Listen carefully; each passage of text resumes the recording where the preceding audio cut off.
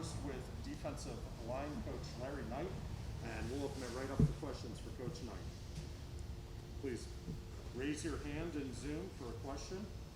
And our first question up is Kelly Quinlan from Rivals. Hey, Coach. I was just curious kind of what your group looks like right now. You've got some new bodies, some guys back who had, had some injuries and stuff. Kind of what's your group look like? Can you break it down a little bit for us? We back at full strength. We got everybody back ready to roll, and they're pretty focused, man. They're excited to play ball. You could tell those guys missed each other. Some of our meetings are kind of a comedy show half the time with guys just getting on each other. I think just from not having all that time where they missed around each other, it's been good, just the camaraderie and having them back. And then guys are focused and fighting to be the ones to secure a lot of playing time. Next up, we have Ken Segura from the AJC. Mike, it's good to see you. I'm sorry, and Counselor Larry, it's good to see you. It's also good to see you too, Mike. What's up? Can you tell me which freshman you have? I have a Kilo Stone. Okay. As of now. All right. And how is he? I mean, it's obviously early, but how's he done so far? Moves really well, bends really well. One of the most mature freshmen I've ever had. He takes everything serious, but also has a great personality go along with it to be a good teammate at the same time. So I'm very excited about him and his ability and what he's going to be able to bring to the table. All right. Thanks. Next up, Rod McKenzie from 247 Sports. Hey, Larry, how you doing, man? What's going on? Hey, looking at the roster, it looks like your guys spent some good time when they're away, reshaping their bodies, putting on some weight. Wonder if you could go over that with us and tell us what you see. Well, we wanted those guys to be able to add some more pounds, so they're harder to move, especially in that run game. So and they took it serious over the quarantine. We did a lot of voluntary things of just, hey, this is what you could do to, gain this type of weight. This is what you can do to build muscle here and there. And those guys took it and ran with it. So it was good to see when they came back, what was different from the past. Those guys would come back and be way lighter than we wanted them to be. This time they came back and some of them were a little too heavy, but that's better for us to work with as far as our group, to be able to shed some of those pounds instead of getting here and it's the other way around. Now you're trying to build and add a bunch of weight this close to the season. So I was definitely pleased with their focus over quarantine of eating the proper amount of calories. Those that didn't have access to weights, they were using backpacks, water bottles, you name it. Those guys were sending me pictures and videos to just show that they were putting in some type of work to make sure that their bodies looked the way that we needed them to look coming back. Another question from Kelly Quinlan. Hey, Larry, I was curious if you had Antoine with your group or not, and then also kind of curious about Lockhart and DeQuan and how those guys are kind of coming along that were guys who redshirted last year. I know Lockhart played some, but just kind of on those things. Antoine is what we are calling a hybrid, and he is proud of it. We call him the OG hybrid because he was the first one to do it last year, going back and forth between playing 5 technique, 4-eye, 3. So he has the ability to play end and tackle. He's still currently in the rehab process, and he's doing really well recovering. Michael Lockhart is growing up. We're expecting him to continue to develop. He's been showing the correct amount of focus to do so. What his teammates think of him and not letting his teammates down is one of the most important things to him. So I expect him to continue to do what he's been doing to make the strides that he's been making. I anticipate him doing a lot of good things for us this year as long as he continues to progress the way that he's doing. DeQuan Dowse, coming off of his red shirt year, I think we got him healthy, and he's always been very, very focused, always been very mature, and always has been a good teammate. Now it's just getting him used to all of the techniques that we use, continuing to work those things and getting him back in the flow. He's put on a lot of weight, which is what we wanted. And so now he's just trying to get used to operating with that new weight. Another question from Ken. Hey, Larry, about the weight and the guy's ability to keep it on, I would imagine that's as you alluded to, it's not an easy thing to do when guys were at home for that long because, there's not the kind of oversight, I guess, and the meal plan. So can you speak a little bit to just kind of how you were able or how the guys were able to keep up the weights that they had? Yeah, they would ask a lot of questions. So they would contact us, and like I had one of the guys in particular, he would send me, the plates of what he was eating, and everything that they did was voluntary, and that was cool. That he would take the initiative, send it to me. Hey, coach, what can I do better? What should I add? What should I take away? And then sometimes I would have to, get the expertise of Leah, sometimes Coach Horton, sometimes Coach Lou to get them to help me out. But it was cool to see that how important it is to those guys. We have a room of guys that are very, very competitive, and all of them want to play, and they know where they need to be in order to play. So they were doing the correct things on their own over quarantine, just to find out what they needed to do to gain that weight. And a lot of it was, like I said before, was those that didn't have access to weight. They were finding whatever they could do to build those. They put a bunch of water bottles in the backpack. We're doing squats and band stuff and push-ups, you name it. So a lot of them were able to maintain their weight that way as well. So it was really cool to see over that amount of time, those guys with that much focus, you could tell it was important to them. Time for a couple more with Coach Knight. We've got Rod McKenzie first, followed by another one from Kelly. Hey, Larry, Jahaziel is one of those guys that has bounced back and forth between, the offensive line, defensive line. Now that he's locked in with the defensive line, what improvement have you seen from him? He's very quick off of the ball. We're trying to constantly improve hand placement and pad level, which he's very focused on doing. So Jahaziel has always been a very focused individual, and it's not many people on this team that are going to outwork him.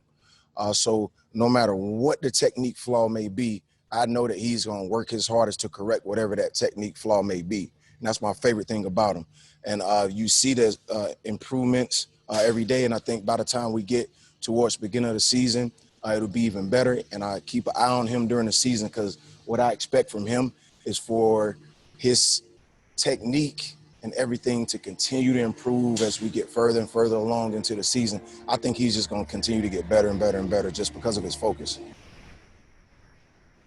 Okay, last two. We'll go Kelly first, followed by Ken. Time for two more quick ones. Larry, I was just curious about the differences this fall camp versus last year. You inherited a group who hadn't played much, a lot of guys without experience. And now you have a lot of seniors that you got a lot of snaps last year, and then some younger guys like TK. And are you noticing the difference in terms of how camp's going and where they're at versus a year ago? Absolutely. So the number one thing that I'm noticing is now, before I get the words out of my mouth, they're already coaching each other. So they know my coaching points, understand the coaching points, understand the why of the coaching point. And soon as one of them see one of their teammates mess up, they're already grabbing them and saying, hey, your hand placement should be here. Hey, you were too high. Hey, your step was too flat. It should be this way or be that way. So that's been the number one thing that I'm seeing most, is before I can even get to them, they're already making the corrections necessary to help their teammates now that they know what my expectations are with the technique. As far as accountability and leadership, those guys are just growing up year after year. From then to now, the accountability aspect, they were always accountable individuals, but it's through the roof now. It's stuff that I don't even have to handle because the older guys are handling it before it even gets to me. And that's, to me, when you have the big guys, your O-line and your D-line holding guys accountable more than anybody else, then the potential is through the roof if you have guys doing that. Okay, Ken, last question. Okay. Sort of to follow up on that, but how would you assess how you guys did as a group last year, and where do you want them to see? Where do you want them to get better? How do you want them to get better? I think what we did last year was not good enough. I thought that for what I was asking them to do, I changed everything that they were doing in the past. I changed all of it. So I understood and I knew that there was going to be a lot of growing pains associated with that. And I felt like their focus was good. I felt like their effort was through the roof, trying to get done what I wanted them to get done. But to me, it wasn't good enough. To me, it's not good enough until we are the best. It's that simple. I don't settle for anything other than that. They know that, and I think that has started to grow into their mind as well, that they're starting to operate the same way. So I don't feel like it was good enough. I feel like we will be much better. I think that you guys are going to see a much better brand of football from this group in particular, let alone the rest of the team. But I think that they understand that the expectations that I have for them, and I think that their expectations for themselves matches or maybe even higher than what I have for them. Hey, Hazel, we just talked to Coach Knight and, about, what it means to have you now as a full-time defensive tackle. And he talked a little bit about technique and that type of thing. Is that one of the things you're really concentrating on the most now that you're there full-time? Yeah, because, just transitioning over, I played a little D-line last year, but I didn't get enough reps with the guys to really, be in sync with everything. So to be full-time now and trying to transition over from offense and really get all that offensive bad habits from out of me and focus on really D-line technique is very important so I can be very technique sound, because when I'm technique sound, that allows me to go play and be physical. Okay, next question is from Kelly Quinlan from Rivals.com. Hey, Jays. Well, with everything going on as a senior, are you embracing kind of the final moments as a senior and kind of trying to enjoy this? I know we talked about it last year when you thought it was going to be your senior season, but is it a little special to have this extra time even with everything going on? Yeah, it is. It's very helpful. It allows me to kind of just, really look back on just all the other years and just, kind of just, I've had a good run here, and just continue to move forward and enjoy what's ahead. So, yeah. Ken Segura from the Atlanta Journal-Constitution. Hey, Hazel, I'm curious to go a little bit off the beaten path.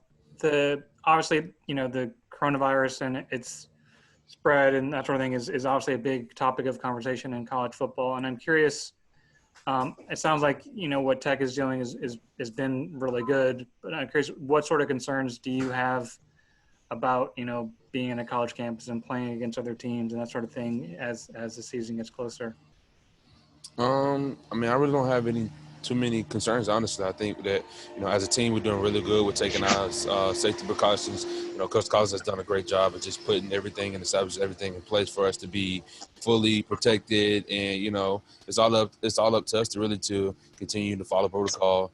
And then, as long as all the other schools are doing the same thing, then we all should be fine, So, I'm just excited for the season and ready for this thing to get kicked off.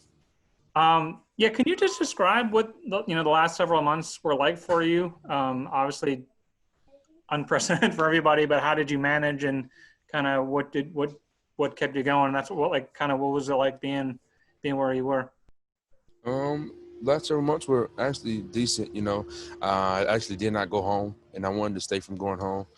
Because I have a lot of little cousins, and I have my grandparents and stuff like that, and everybody's really close to one another. So, I felt like it was best for me to stay in close home in Atlanta, and stay in my apartment.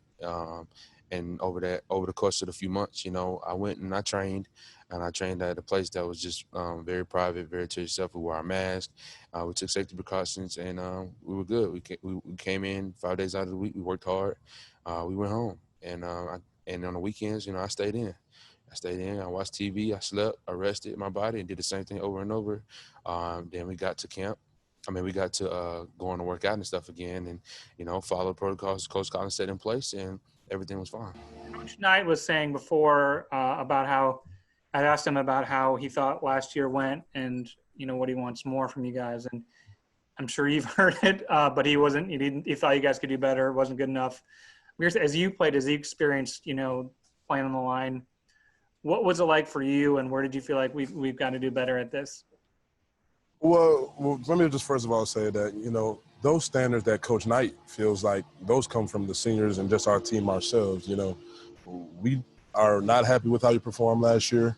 We're not happy with how we've been performing. just the last couple of years as far as Georgia Tech's defensive line. So it's just become more personal to us to really try to change that norm that's been for us for years, to really, really take off and be the player that Coach Knight can believe and see as us, you know what I'm saying, to be.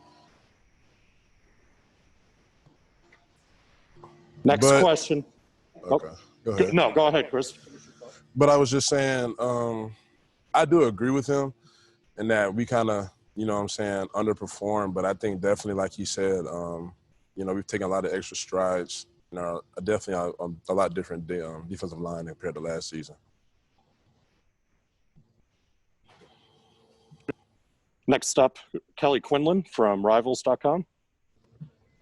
Hey, Chris. I was just curious kind of how you've seen the progression, you know, from a year ago to now. You obviously played on a lot of different defensive line stuff.